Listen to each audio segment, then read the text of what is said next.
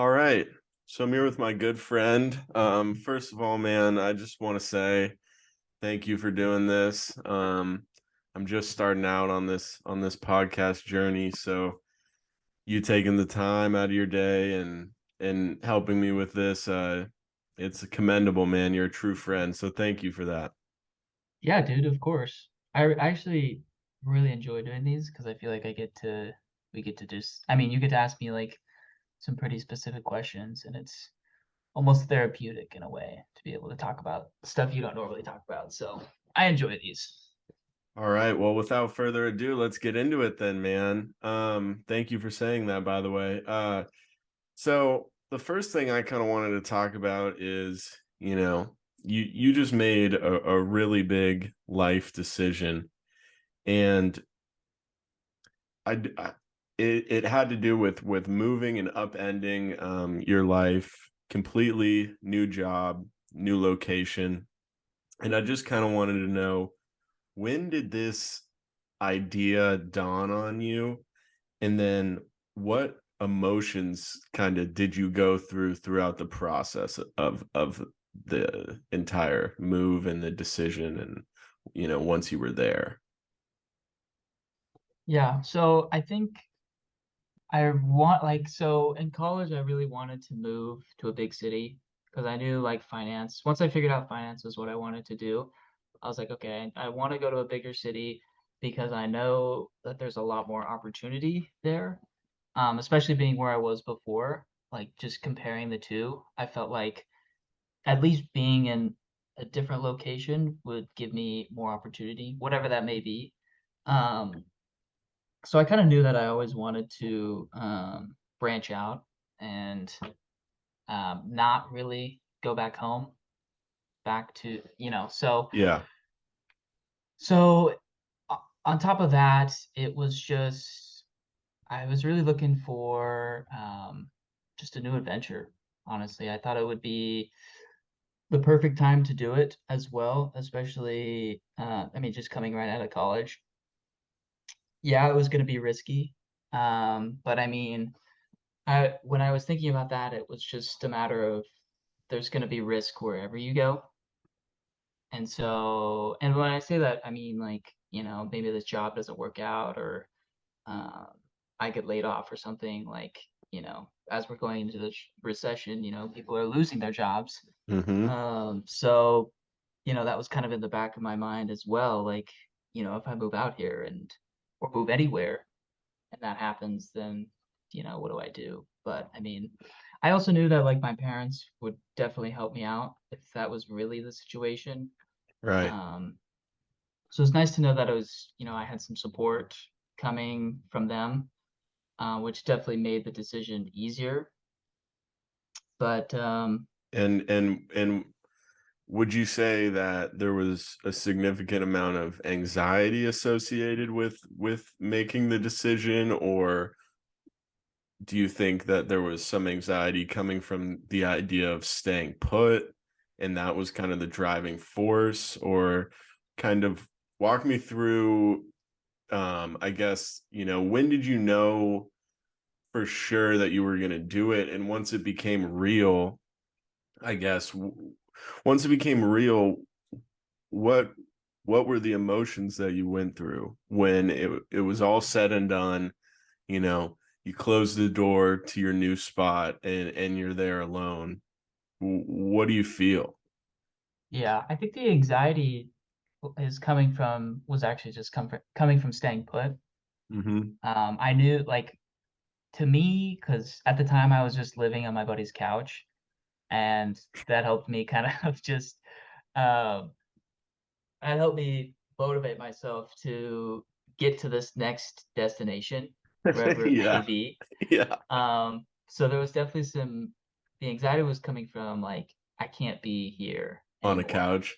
Yeah, and like I don't want to be, and it was also like it had been, I don't know, a few months out of college, and I was starting to get a little anxious that like maybe this is going to take longer than I thought it would. This could Hmm. be another couple more months of me Hmm. looking for a job. And but luckily it it worked out pretty well. In terms of like emotion, kind of once I got out here, it was, I don't know, it was really hard because everything just started happening so super fast. From the moment they offered me the job, my mom and I came out here and like the same, like, so I got offered the job on a Friday. My mom and I were originally like already planning to go out there to visit the city that weekend. Mm-hmm. So we went out there and I actually got to meet some of the team on that next Monday. And then they wanted an answer like the day I got back. So it was like I had to put my 2 week in like the day or the day after I got back from just visiting Right. the city. And luckily they gave me an extra week to like, you know, think about Close it. things up. Yeah. Um, but And sorry to interrupt. To pause on that for a second.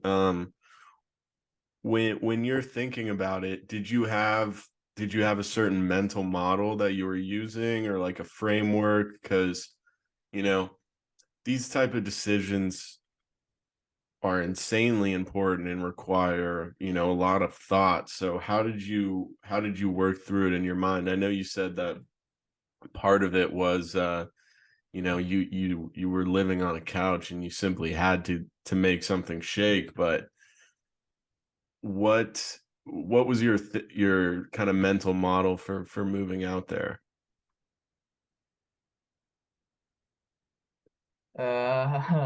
let's see. You're just diving into it, maybe? Yeah, I think it was just everything happened so fast. Like I said, because I was also like looking for an apartment out here too, Mm-hmm. and that was taking a lot of my time and energy. Um, so I wasn't doing a lot of thinking, honestly, about like Hmm. the decision itself. I mean, yes, I had thought about it before and was like, I know I want to do this. Okay. I Okay. know it's in like, the job that I took was something that was going to be very beneficial to me. So Mm-hmm. like having that in the back of my head was pretty comforting Yeah. because it was like, I mean, and it was like I could have hated this job. Like the people could have actually sucked turning out like when I first started, Right. So that was a big risk, but it was just something I had to do. And luckily it worked out. But Yeah. And it's everything just happened so fast. Like I said, it was, and I didn't really have a lot of time to think about, like second guess myself, I guess. yeah. And I maybe that ended up being beneficial to me because maybe I would have been like, maybe this isn't the right thing for me to do, but I just did it and it worked out. So It's commendable, man. And has being alone, largely alone, I mean, coming from somewhere that you've lived for the majority of your life and moving to a new city, has being alone kind of um forced you to grow as a person, do you think? yeah, I definitely think so because I used to rely on people like my friends, peers, or whatever to keep me going in the right direction. Like if hanging around the right people, staying on top of things, just hanging around like-minded individuals who want to be successful in life, I Mm-hmm. guess, or to who aren't like dicking around, I Yeah. guess. Um, so coming from that to just myself has been probably the hardest part, but it's definitely I've been noticing myself as talking to I mean, kind of just talking to myself and being like, you have to do these things. Like you can't rely on other people now Mm-hmm. to lift you up and like keep you on this right track. Like you have to do this yourself now.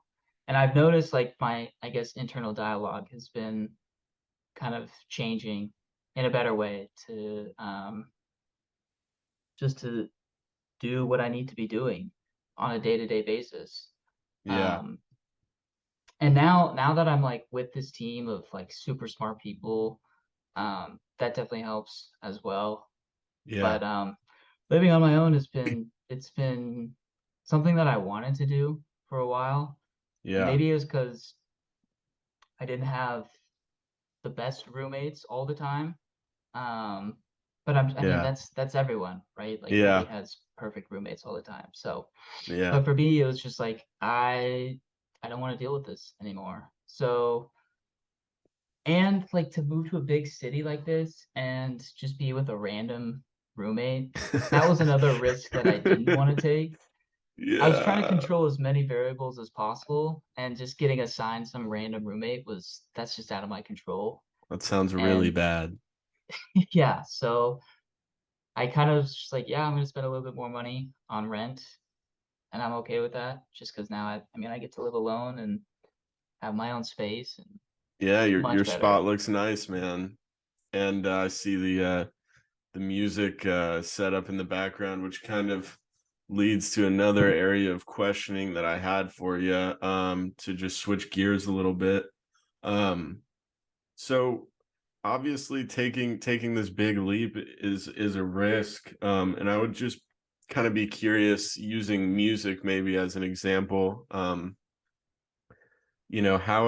has taking this huge leap helped you in areas of your life, like maybe in music? Has it helped you grow or push harder, or have you think it's kind of relatively the same? I think the biggest part about moving out here was that I got to see and do a bunch of different things. So there's a like the fact that there's so many new experiences for me to have here is definitely I guess inspiring for me to keep doing music because it's pretty big out here, and which I guess I don't know if that's a good thing or a bad thing because maybe it's harder to like get into the scene more now that it's so popular and there's just so many more people, or it's just there's a lot more opportunities for me to get out there Yeah. and utilize those I experiences. I think art is not a zero sum game in the sense that the more artists and the more popular an art form is, the better for everyone. The better for the fan and the better for the musician, because there's just more shows, there's more clubs to get booked at. And it just also, how you were saying, being around the smart team at your job helps you. Being around other good musicians and being around a group of musicians that are super competent is also probably beneficial. So can we get an update on your musical career, man?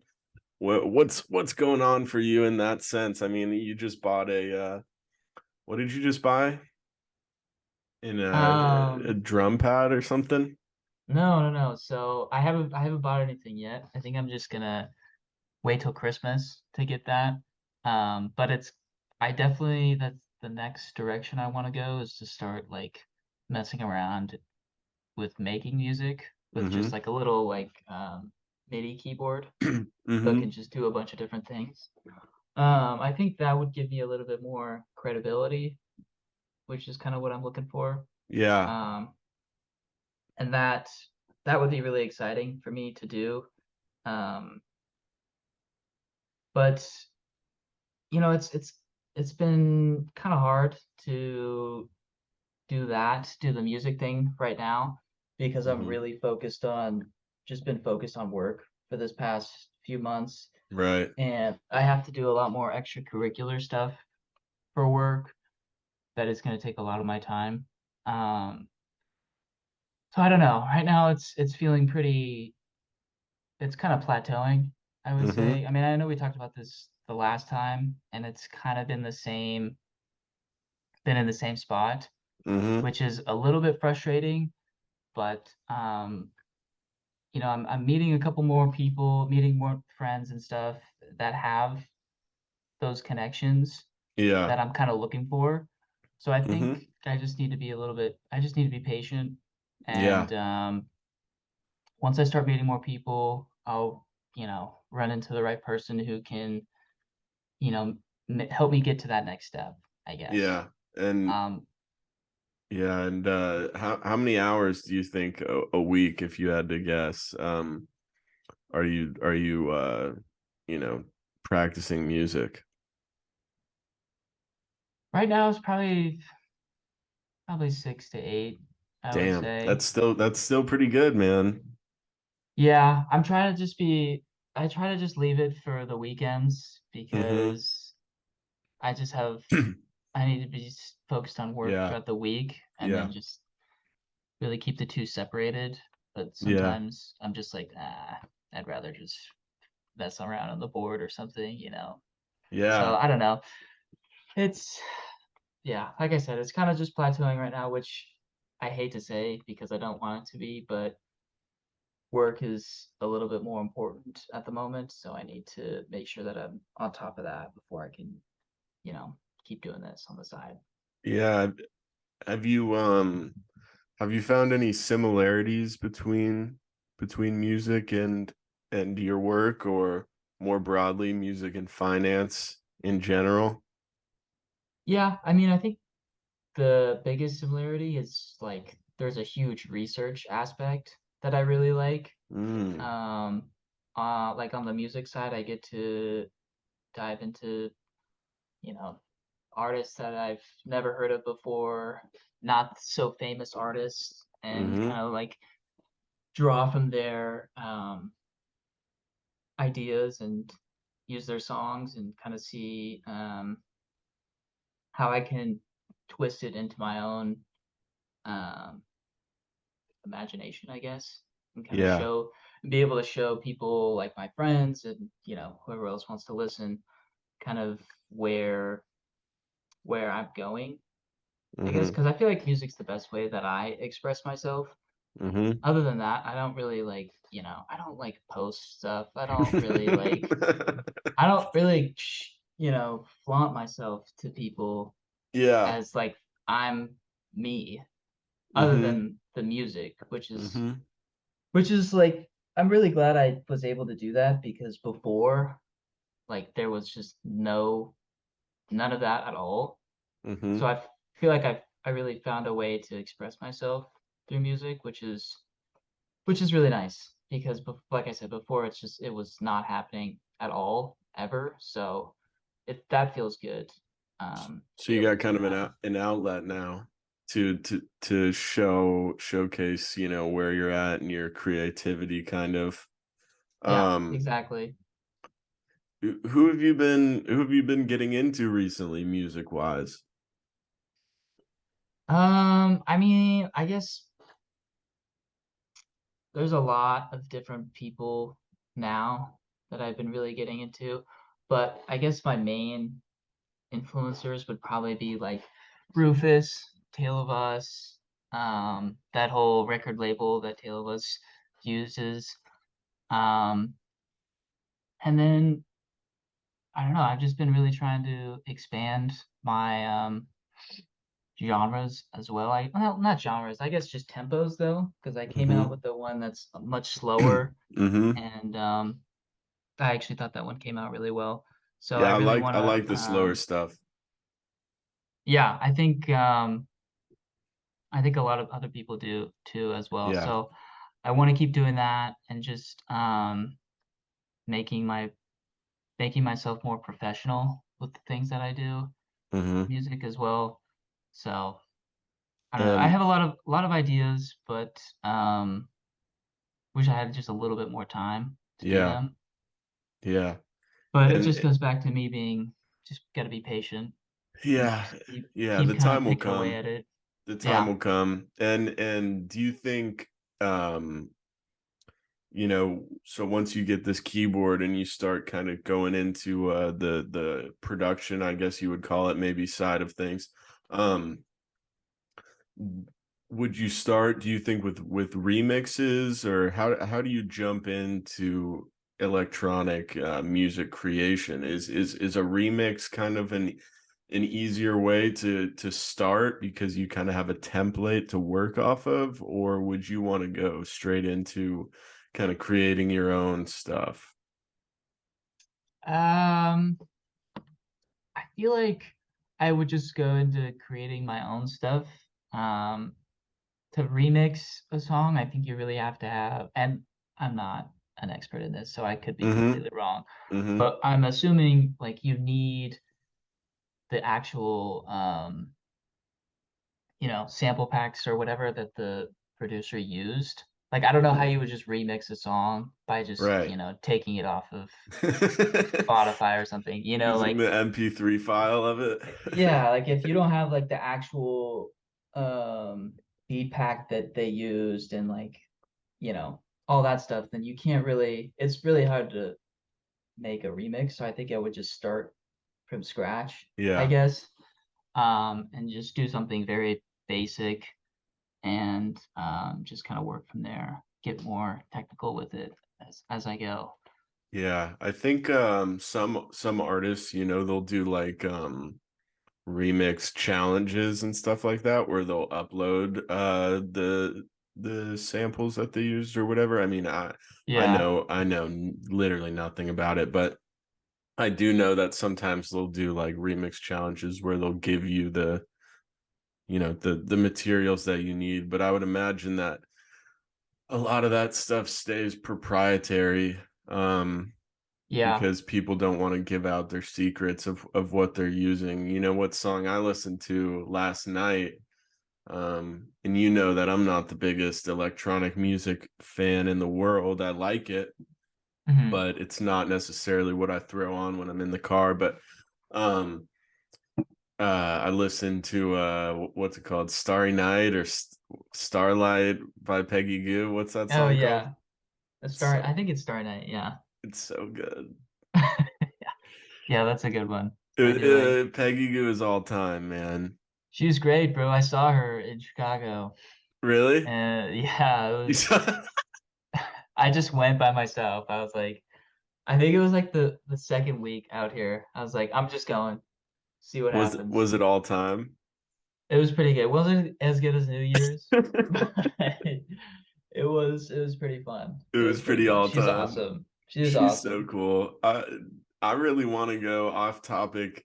I would love nothing more than to go to Korea, bro. I Yeah, would dude, that sounds really fun. I would really I think there's some really interesting stuff going on there, and then also I think Hong Kong, it is starting to open up more and more after the pandemic, and um for me, with an interest in crypto, they're kind of starting to ease back into crypto adoption.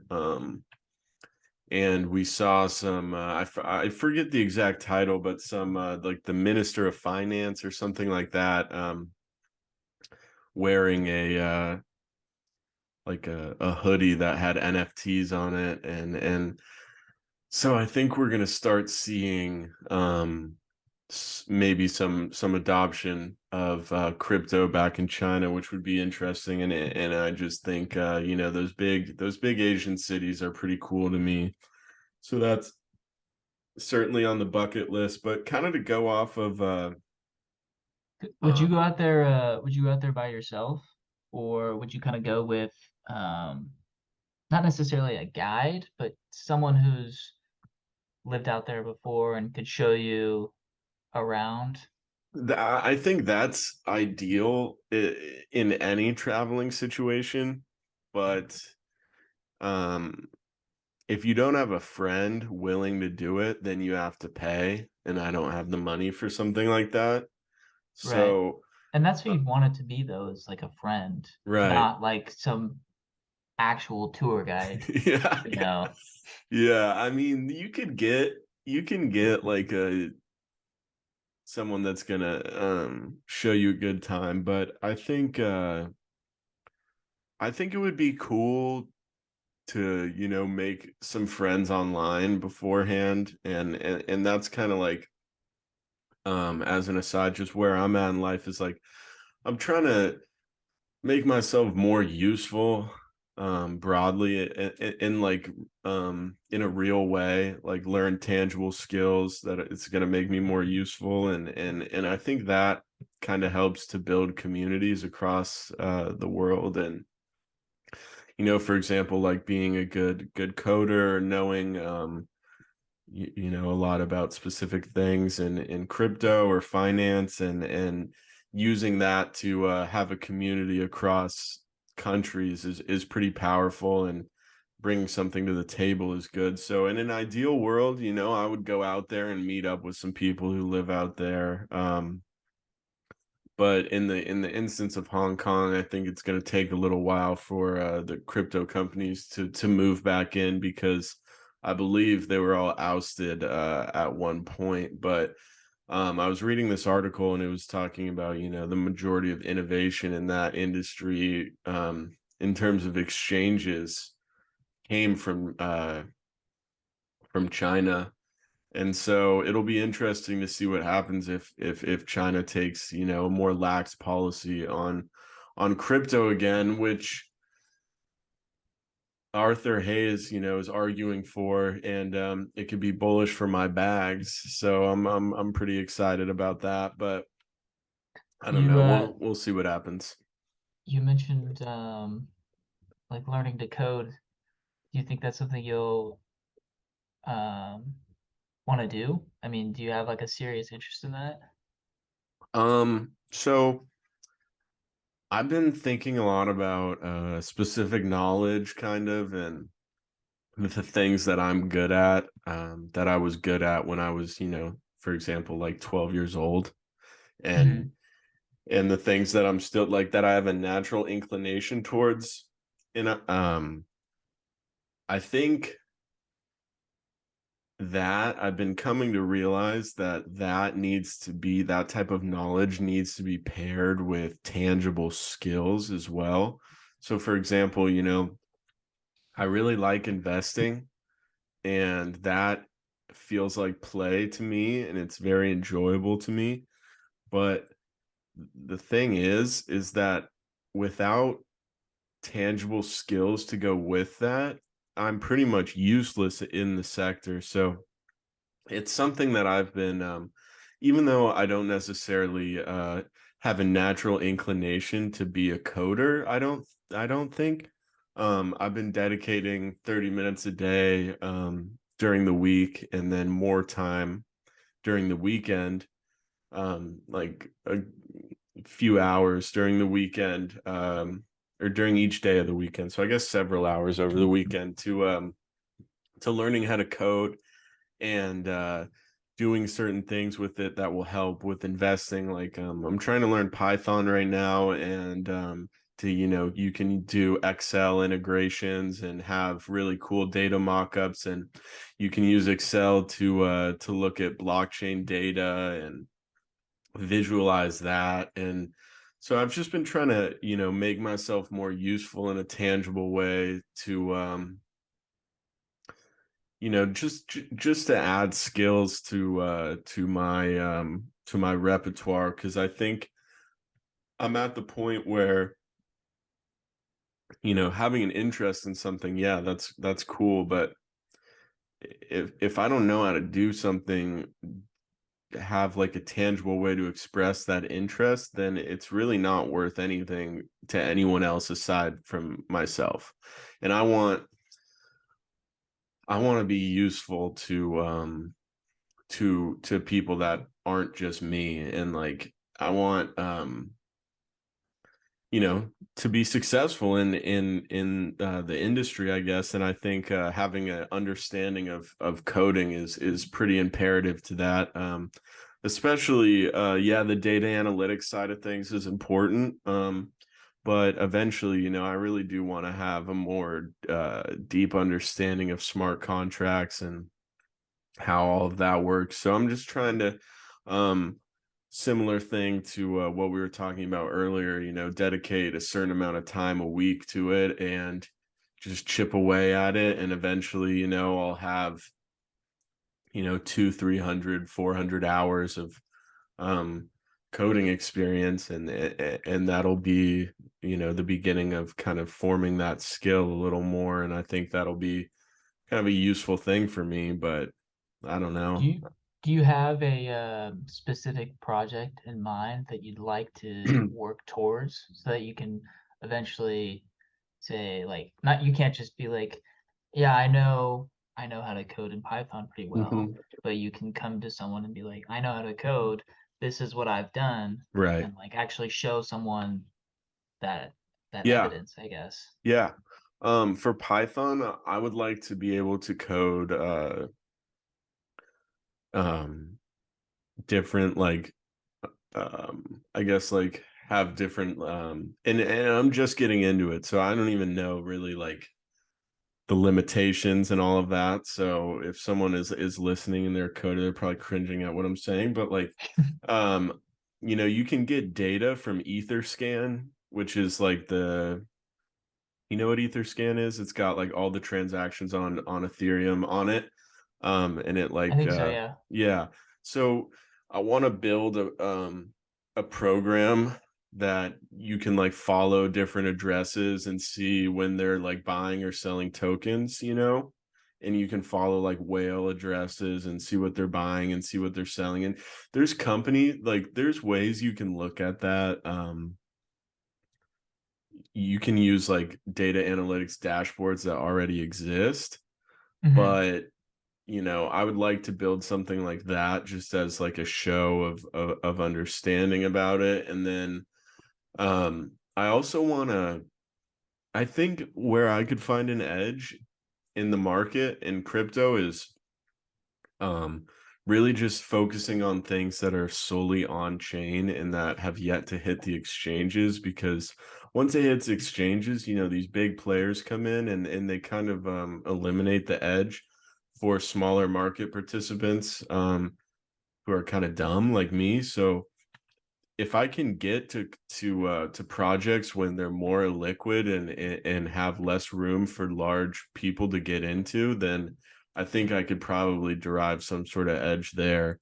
As far as Ethereum goes, I think I would like to be able to build, I guess, just your basic smart contracts. And then on top of that, I think it would be really interesting to do some sort of um, interoperable NFT project that utilizes something like Layer Zero to go from or Stargate, from from chain to chain. And this, and like, my idea would kind of be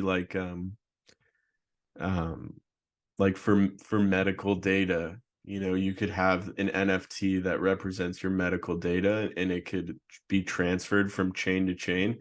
And insurance companies are already utilizing blockchains, so in the future it could be like just a more seamless way to apply for insurance and get that data transferred to different stakeholders in the insurance process. So that would be cool. So transferring not necessarily a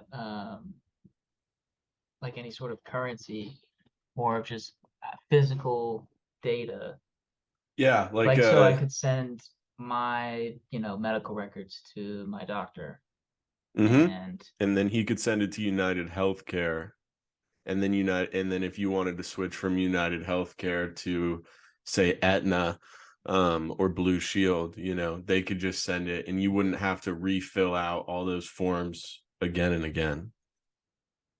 interesting. Yeah, I mean, I don't know if that's possible, and also, in order for it to be possible, the infrastructure has to be there. So it's definitely a lot of ifs, but it would be something, it's insurance is something I know a little bit about, and I'm trying to learn more about crypto. So it would be like a nice way to marry the two. And at the very least, it would be something to show people and potential employers and things like that. But let's shift gears a little bit. Let me ask you. So I asked you, who's inspiring you musically. Um, Now I want to shift gears a little bit and ask you, who are your biggest role models financially? Hmm. Who do you think exemplifies or expresses kind of the closest uh this the opinions that are like most similar to you, or just more broadly, like who inspires you in the financial realm? Well, I definitely think I'd have to say um, the CEO of Goldman Sachs is probably one of my biggest. I look up to him a lot just because he also DJs on the side. Really? Yeah. He played at like Lollapalooza here. That's And like sick. yeah, yeah, it's pretty it's just random that like the CEO of this huge investment bank would have the time and interest in like making music and DJing and stuff. But Hmm. that's pretty funny. So I kind of look up to him to know that like that's possible to be able to like have this kind of two different lives. But it's kind of funny story. He did get in trouble though because he was like using his analyst to like upload his like music and stuff to like SoundCloud and stuff. So like he's Oh got a my little god. pushback for that. But I don't know. I think he's a good guy. But I don't know. I mean, that's a tough question because I feel like um I mean the reason I got into finance was because I knew that it would be the most beneficial to me in the future. Like I knew that like investing, knowing how to properly like plan for retirement, plan to get my kids into college and have enough money for them to do that, and Hmm. become responsible with my finances was really important to me. Hmm. Um, so honestly, I don't really know who I truly would like look up to and say like this person is really I would, kind of like die for this person. I mean, I Yeah. feel like there's just a lot of like nobody's perfect and people have made some pretty bad, I guess unethical choices in the Yeah. financial industry. So it's hard to say like this person is like, I really look up to them because Yeah. there's also a lot of like shady stuff that goes on, which I really don't want. Like, I don't know. I kind of use them as things to avoid as well. Hmm. Hmm. So I Yeah. don't really know actually. Yeah, now that I'm thinking about it, it's almost easier to look back and to see, I guess, specific moves that financial players made that are inspiring, because you're right. When you look back on someone's whole career, like for example, Ray Dalio, super smart guy, but he was wrong plenty of times. Yeah. And people have always been wrong. So I think it's easier now that we're talking about it out loud, to almost look at specific instances where people made huge bets that played off, or played out super well. Like one example of this that I heard the other day was Sequoia. They had invested a bunch of money in this grocery delivery service. I forget the name of it, and I think it was in like the early 2000s or something like that. And they Hmm. lost a bunch of money, and then they ended up. Now I'm gonna mess up the story. I think it was Instacart, or yeah, I think it was Instacart, and they doubled back. And even though they had messed up super badly on that first investment, and they reassessed the situation, and they realized that so much of it was about timing and the structure of the deal and everything like that. And they came back and made a bunch of money on a grocery delivery service after having failed at it. And I think that was kind of like an example of an impressive thing to me, just being able to work past your bias and continue on. So we just had a what do you call it, a FOMC or FOMC? What's the proper way to say that? The Fed talking, the conference thing. Oh, just yes, I know what you're referring to. FOMC. Yeah, yes. So they're raising rates again, right? I mean, I don't even really know. Did they They hike just the raised, yeah, they just raised rates another 75 basis points. okay. Um so how do you see kind of that the macro playing out over the next year? Dude, it's tough to say, but I mean I think we'll see another rate hike next month. And we were kind of talking about this earlier, but I think what the Fed wants to do is after this next month's rate hike, they're just gonna wait and see how the market's gonna react. Mm-hmm. Well, I guess not the market because they don't care about what the market's doing. They want to see how inflation is doing, Mm-hmm. and I think they're worried that if they just keep going with these rate hikes, that it's everything's just gonna collapse. So I think right now what they want to do is just sit back for a second, wait a few months. I don't know if it's gonna be a few months or how long, but just wait and see um, what inflation is going to do, and if it starts to come down, I mean, I know it's kind of coming down a little bit, but I feel like we're kind of plateauing, Mm-hmm. and they want to see it go back down. I don't know, around like 2.5, 3% is kind of where their target is, but Hmm. I So think we have a lot of more bad to come before good. And I this don't is think we'll yeah, see good until the end of 2023 is when we'll see some really good. But I really. mean, this is a really good opportunity to be putting money into the market. I mean, Oh, I've been putting money in. we're pretty much exactly where we were like right when the pandemic started. Yeah, that's So, that's bullish, man. I've kind of realized, for me personally, not being super involved in finance like you are, it doesn't really pay for me to ever be bearish. I yeah. think I'm just a permabull because it's just easier. It's just simply easier because things are going to go up. Um, and especially at a time like this, like I've learned that I'm just simply too stupid to time the market. I just my IQ is not high enough. I don't think so.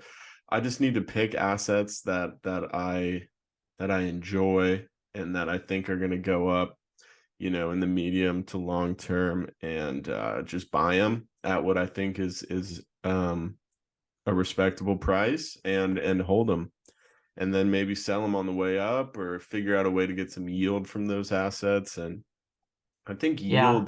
yield is something that I'm paying more attention to, especially in this bear market. Have you been thinking about yield at all, or like trying to build a dividend portfolio or anything like that, or are you a growth guy right now? Well, it's funny you say that. So working on a dividend portfolio right now. Um, and it's literally just to build up a a really good source of passive income.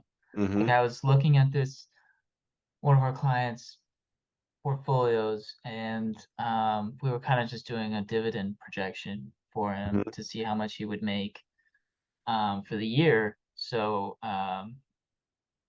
ended up being like a six-figure salary of Nice. just dividends, Nice. and I was Yeah. like, so what you're telling me is this guy is going to just sit on his ass theoretically and make a six-figure salary just from his investments. Yeah. And this is, I mean, obviously he's not going to do that, but he's going to like, I mean, he will. That's what's just going to happen. Yeah. And I was like, that is what I want. I want, because like, I'm not gonna say that I'm lazy, but I definitely want my money working for me as much as possible. And if I can just sit on my ass and create a really solid source of passive income, then I think that's really gonna help me in the future. So, yeah, I'm working on a portfolio right now, actually. It's going to um, kind of model a ETF that is already kind of a high yield ETF. Mm-hmm. Um, but I'm just gonna make it my own, have my own securities in there rather than what's in this Mm-hmm. ETF. Mm-hmm. Just because I think I can figure out a better, I think I can do it better. Yeah. If I'm managing it properly. Mm-hmm. Because like right now I'm on the investment policy statement, I'm kind of talking about how I'm going to be, figuring out what the different weightings are going to be for each sector. So, as an example, like, energy is doing really good, has been doing really good this year. So, throughout this year, if I did have this portfolio, a majority of my money would be in these energy stocks versus consumer staples, which has done significantly worse than the S&P 500. Mm. So there's a lot less. There would be a lot less money being funded into that sector. Not necessarily selling these securities. Obviously, if it's down 50 to 60%, then I might need to be selling them. But the idea is for me to pick securities that are not a risky play at all. These are strong companies that have been around for a while.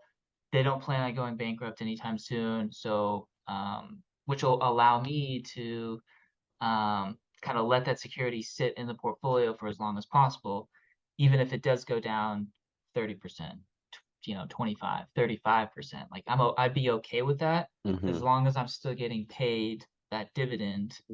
Um, Right. it wouldn't be really an issue for me. And then, if that sector is performing really well, then that's where new cash would go in. Okay. So And you're then gonna just kind of, be sorry to interrupt. So no, go ahead. you're gonna be actively, at least somewhat actively, um managing this dividend portfolio and allocating capital to sectors that you think are going to do well over the medium to long term. Yeah, definitely. This is at least 5 year time horizon, but I Okay. don't want it to be five. Like I'd rather it be 10, 15, Hmm. and just kind of keep building it until I need something that's, where I might need to pull those funds out, which like, I don't know. I've been thinking about this a lot because it was like, um, do I put all my money into my brokerage account right now, or do I start moving it into like a tax friendly account, like a Roth 401k? Hmm. Because and originally I was gonna end up just buying the same exact thing. Because like right Hmm. now my Roth 401k is just the S&P 500 basically. Hmm. And I was like, well, I was just about to buy a bunch of the S&P 500 in my brokerage account. So I was like, well, why don't I just put it all into my Roth 401k? So then it's, when I take it out, or those funds will be, tax free when I take them out. But then I realized I'm gonna want some of those funds available to me, you know, before I retire, obviously. So Right. I think what I'm gonna do right now is load up a little bit more on my Roth 401k just because I Hmm. want to do a lot of front loading with that, but Hmm. also, um, see how this dividend portfolio works out. I really want to have it all set up and done by the end of the year. So have like a full, complete investment, yeah, investment policy statement. what Have what is an investment policy statement?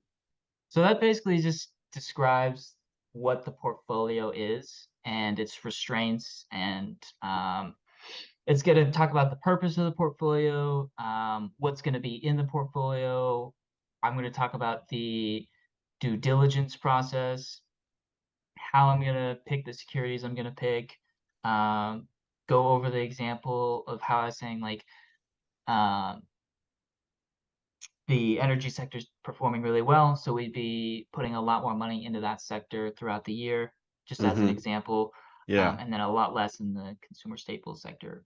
Okay. Just talk about that, and then if there's any sort of restrictions that if this portfolio is not going to be investing in any bonds, any sort of ETFs or anything. This will be a strictly securities portfolio, and then maybe like if a certain security goes, if it's down 35 or 40%, then there's a cutoff there. If it hits negative 40%, then I have to sell that security and reevaluate Mm-hmm. why I invested that, Mm-hmm. and look at different securities. But Yeah, so just that's kind of explains the entirety of the portfolio. yeah, Um, I need to start doing that. I think it would be an interesting exercise to build a couple different portfolios. I'm kind of working on it, but with less of a framework. So this investment policy statement thing, I think, is going to be something that I utilize in my own financial journey now. So thank you for that. Um, yeah, you should definitely do that. when you are working on this, let's just use the dividend portfolio as an example. How do you use spreadsheets? How do you kind of form it? Um, and I mean, I don't want to get into the weeds of how you're picking specific stocks, but how do you form, like, what's your process look like when you're putting together a portfolio like this? Is it in Excel, or I guess I'm just wondering the mechanics of it all. Yeah, it would definitely be in Excel, which is something that I really want to what I really want to do, is make this Excel super nice and have a lot of, I guess, moving parts to it so that I can the idea is like I want to be able to say, okay, I'm going to enter in $1,000 in this cell. Now it's going to disperse the funds into whatever I have as the sector weightings are. So if it's like, 40% in energy, then 40% of that cash will go into that sector. And then from there I can, adjust the weightings themselves, to what I, deem is best fit for the portfolio. Okay.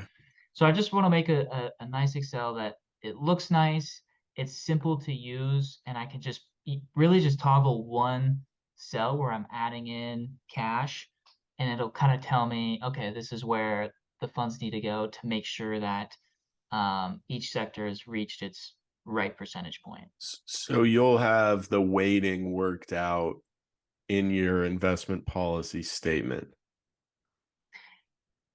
Yeah, well, I'll talk about the weightings because I know the weightings are going to change a lot. Okay, Like yeah, that's sorry. Yeah, that's what you were saying, depending on the kind of the mood of the market. exactly, right? Because I don't want to just have it, 10% here, 10 like all Right, 10%, right? right. I want to utilize um better performing sectors. However, the number one goal is not for capital appreciation for the portfolio. Mhm. It's for making sure that I have a strong source of passive income. So it's still going to be the dividends. However, that will still be a secondary part of the portfolio. Like I'm not trying to capitalize on these stocks going up a lot, right? Right. I'm just making sure that um, if we do have these wild, um, times where this energy sector is up like 50%, like it just makes sense to have more cash in that sector versus the consumer staples. Okay. Yeah, so you want to leave a little bit of wiggle room for that. And I think that's smart because I think the idea of putting 10% here, 10% there, 10% there is it's too rudimentary, and it doesn't really let you pivot in ways that can be beneficial. So I wanted to I wanted to switch gears again a little bit and ask you obviously you're busy with work and you're busy with your music and how's your fitness been going, man? Cuz you're a big fitness guy, so how's your diet? How's your workout regimen looking? It's going pretty good, actually. I as you know, been meal prepping, um, trying to at least, um, for the whole week. So I'll make 7 lunches, 7 dinners. Um, it ends up being the same thing, which I don't know why I could do it, but it's fine for me. Like I don't have I a eat the problem. same. I eat the same two things every day too. Yeah, so It's and I good. guess It tastes good. it's yeah, exactly. Like I'm not tired of it, so and it just keeps me, it keeps me healthy. I'm not like weighing out my Right. each sort of, piece of chicken versus piece of steak, but as long as I'm making these meals consistently, like it's healthy, right? And like I Right. need to just be eating a lot of food. So, yeah, I'm not gonna get into like counting. I just think that's a waste of Yeah. my It's time too or not, just much. not worth it. Yeah, it's too much. Unless you're I'd rather trying to be just, a professional bodybuilder, it's like, what's the point? yeah, yeah. So, but yeah, and then I just work out 5 to 6 times a week. I just go to the gym downstairs Mm-hmm. just because I'm trying to save money on Right. subscriptions and things like that. But And what do you hit? Do you just do are you doing the normal, bench squat, deadlift, chest press, incline, that kind of stuff? Or have you been doing more cardio or no, I have not been doing cardio, which I've I've just been neglecting. Yeah.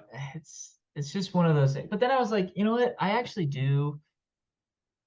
I mean, I walk to work Mm-hmm. Monday through Thursday, which is ends up being like 2 miles per day. Yeah. That's something.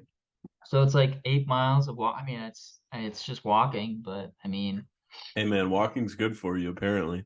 it's I guess. That's But what they say. so they say, right? Yeah. But but yeah, no, I don't do any while I'm working out or like after I work out or anything like Mm-hmm. that. But it's just a lot of compound lifts. I don't Compound deadlift lifts. actually. Really? Yeah, I don't find it beneficial. I hate it. Like it's more of a risk than it is like if you're just talking about because like I'll do like the Roman deadlifts where you just take the dead dumbbells and just do it that way. That Mm-hmm. I'll do, but I won't use like a bar and plates to actually deadlift And throw your back out. because yeah, I mean it's just not. I don't think that's worth it. I Yeah. think that it's just too risky, not enough reward. Rather just do the dumbbell version Yeah. and get on with my life. Yeah. Like, Yeah. but I've it's been yeah, just a lot of compound lifts. So I'll do chest and triceps one day, back and biceps another day, mm-hmm. shoulders another day, and legs another day, and just kind Mm-hmm. of keep rotating that. Mm-hmm. And have you been able there's probably obviously no sauna available to you at your spot, right? There is no sauna, unfortunately, so I'm unable to It's a enjoy the fruits sauna. of a warm sauna. Yeah. A sauna is so crucial. I've been sauning 7 days a week and It's really good for you. it's That's like really all good I've for me. heard, that it's like super good for your heart and Yeah. it just longevity of life. I got to take care of my heart, man. I've got some heart issues in the family, so I've been trying to get that sauna in consistently and been hitting the gym and trying my best. I think I've noticed that there's just certain areas of my body that over the years I've neglected. Like for example, I really like to bench press. Like that's Hmm. by far my favorite lift. Like chest day is by far my favorite day. So my chest is like developed, but when I try to work out my back is super weak and my lower back starts to hurt. So I've been focusing on and same thing goes with legs, like certain parts of my legs will hurt. So I've been focusing on doing those like smaller kind of auxiliary lifts, like doing back extensions and the hip abductor things where you get, and The coochie machines. yeah, exactly. Exactly, bro. I've just been trying to get my my body kind of dialed in. What supplements do you take? Um,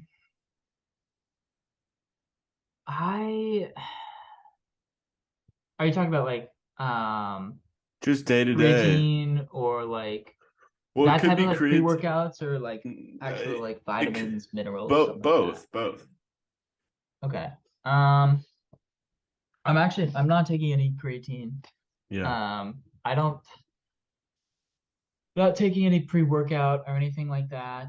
Mm-hmm. Um, just protein shakes Mm-hmm. after I work out, or it's just one of my meals, which is Yeah. usually just a shit ton of chicken and Yep. rice. So, and I just will call that a day. But with vitamins, I take a lot of vitamins. I think that's what's gonna make me get up in age. I'm gonna Let's hear make your it, you know. stack, bro. Let's hear your stack. So I'm taking a gram of lion's mane. This Mm-hmm. is every day. I try to at least. Mm-hmm. I'm not perfect with my vitamins. Sometimes I forget, but a gram of lion's mane. I want to say it's like 750 milligrams of ashwagandha. Mm-hmm. Um, what else do I take? Take a probiotic as Mm-hmm. well. Take a fish oil, which is really, really good. Mm-hmm. And then what else do I take? Oh, I take zinc as well. Mm-hmm. Um, I want to get magnesium Mm-hmm. as well, but I don't have that right now, so I haven't been taking that, but it's on my list. What was your what I the other day you said make sure to take your magnesium at night. Was that because of the sleep thing about how it makes does magnesium make you tired? Yeah, yeah. So I shouldn't be The, taking that before work like I've been doing? yeah, no, you no, you don't want to be doing that. Okay. Yeah, take it I've at been night. doing that. I'm like, why am I tired? You wanna, yeah, but everything else, as far as I know, is good to take in the like you want to be taking in the morning Yeah, I like the with fish with oil and the lion's mane. with a meal. With a Yeah, meal. I don't eat in the morning. yeah. I'm one meal a day, bro. You should take your vitamins with a meal. In my Why? experience, without it, it's made me like feel not good. Yeah. Yeah, But if it works, if you don't feel weird, then I'm not yeah. gonna tell you to start doing something different. Yeah. So I took a multivitamin one time before work on an I empty assume, stomach yeah. and I had to pull over and was projectile vomiting before work. It was the most gnarly shit and then I just had to, wipe my mouth and go in. It was bad. It was bad. It Oh, was bad. But oh God. I wanted to kind of wrap this up with one thing, one question, and this is really the only really this the second podcast that I'm doing where I think we had done one before, but I think the idea of having some pre some preformed questions and having Yeah. is just way better, and having some sort of structure to the conversation is good. And so I appreciate you coming back on and helping me with this. It's really indicative of a true friend to help another friend with something that they're passionate about, I think. But the this the one thing that I'm kind of working with is it kind of seems like everyone has like a final question they ask, and I'm thinking mine, because kind of what we were talking about is geared towards finance and stuff. I think my question I want to ask people, because presumably I'm going to have some more financial people on, but I think the question I want to ask is like not financial advice, like nothing to do with finance, but what is a piece of life advice that has helped you out, that you can give to me or to whoever's listening? Hmm. I think I would just say if you're not if you're kind of like on the fence about something, just say fuck it and do it. That's kind of like there was a lot of that being in my mind when I was like making a decision to come out here and like make a extreme life change. It was just about like it was just like fuck it, like let's do it. And actually like doing it and coming out here and now having a job in my own apartment and like living it feels really good to actually have like went through with it. So if you're on the fence about something and you're not really sure, just do it. Like what is like you don't really have anything to lose from Yeah. and if you don't do it, then you're just because like I really didn't want to regret it and just settle and kind of stay where I was or go back Mm-hmm. home and start Mm-hmm. something in my like hometown. Mm-hmm. Which is there's nothing wrong with that. I just thought that this was something that I needed to do, Mm-hmm. and if I said fuck it, then Mm-hmm. did it. That's great So advice, man. that's what I would say. That's really good advice. Well, thank you so much again. This is a great conversation, and I hope to have you on again soon, man. Yeah, dude. I really hope you get really good people on here, bro. What's your like Well, plan? What's your plan? Do you have a lot yeah, of people lined up I or got I got one guy lined up for either Wednesday or Friday next week. I got this guy from Twitter on, and I think my plan is to have, unless someone um for whatever reason wants to, not remain anonymous, but I think anonymity is kind of important to having a free flowing conversation, especially if people are employed by someone who isn't themselves. And so I think my plan is to just kind of have these no video conversations and have it be finance focused, but I also want to ask almost like taking a page out of Lex's book and ask like some more broad questions, and um try to figure out some deeper truths about things, and ask people like um for example, one question I have for this guy coming on, he works in mortgage capital markets, and I want to know, if he thinks there's an aspect of art to what he does, and if so, what is that, and just kind of asking questions that I'm interested about. So right now, I'm mainly just kind of like essentially cold calling, cold DMing people on Instagram or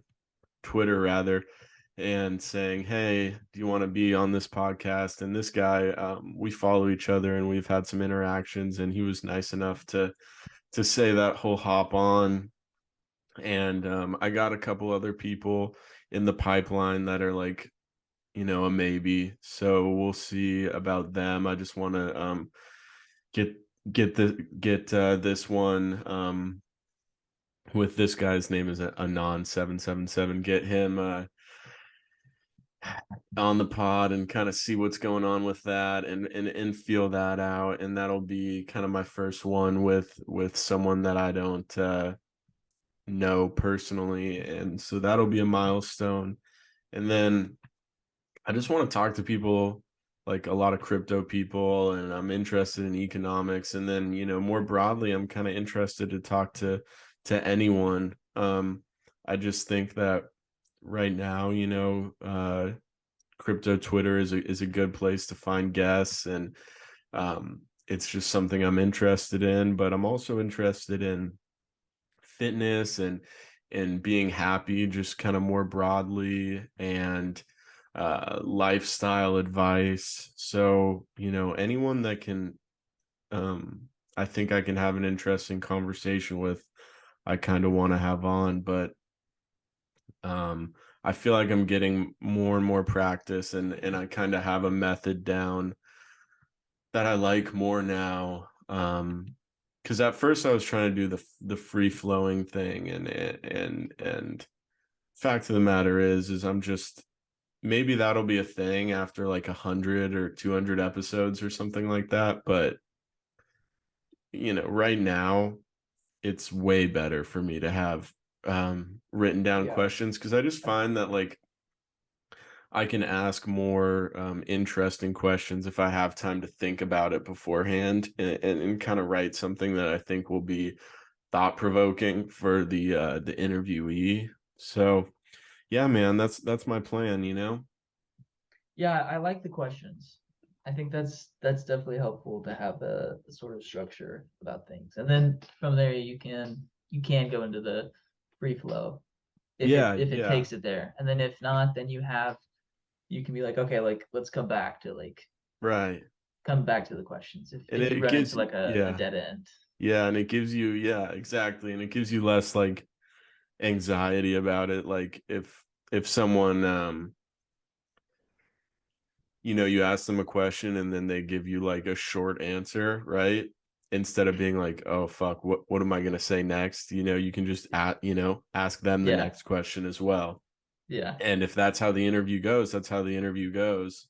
Um, so I'm still figuring it out, obviously, but I think I think the Zoom thing, after spending a bunch of money on an in-person setup, but I think the Zoom thing is really good, because it just opens the door to talk to so many more people. And Definitely. and the more, that's why I'm so appreciative of you coming on, man, because the more episodes I have, and the better I get at it, the more credible people are going to start to be on it. Not to say you're not credible. I just mean like Yeah, yeah, yeah. I just mean like, Thanks, like asshole. people No, on I'm just kidding. people on crypto Twitter, for example. I don't think they necessarily care about the amount of views that I'm getting, but I think, you know, people are more hesitant to be on a podcast that has one episode than they are that one that has two or three or four, and the numbers go on. So, you Well, know, yeah, so are they gonna, I mean, how would they know that you have many episodes? Are you gonna start posting these, or are they going to be, yeah, are you just, I posted the last one on YouTube, um with a mutual friend of ours. I posted that one on YouTube, nice. and I'm gonna post this one on YouTube once we get done. And I just start having a YouTube collection of them, man. I mean, I'm hoping to get a bunch of them. I want to do a bunch of them. I mean, it's a really fun thing to do. My goal is, if I can do one a week, I'll be happy. I'd love to do more. Um, but I think one a week is kind of a realistic goal. So, once I've exhausted bothering my friends about it, I'm gonna have to start hitting the DMs heavy, and trying to get some people. So it's gonna be a journey for sure, man. Well, that'll be good though. I feel like you can build a lot of new connections that way, and some Yeah, will definitely pay off more than you realize. So I yeah, think that'll be really good, man. yeah. And if you're feeling froggy, just leap. Fuck it. Wise Gotta say words. fuck it. Fuck it. Thanks again, man. No problem, bro. Have a good day.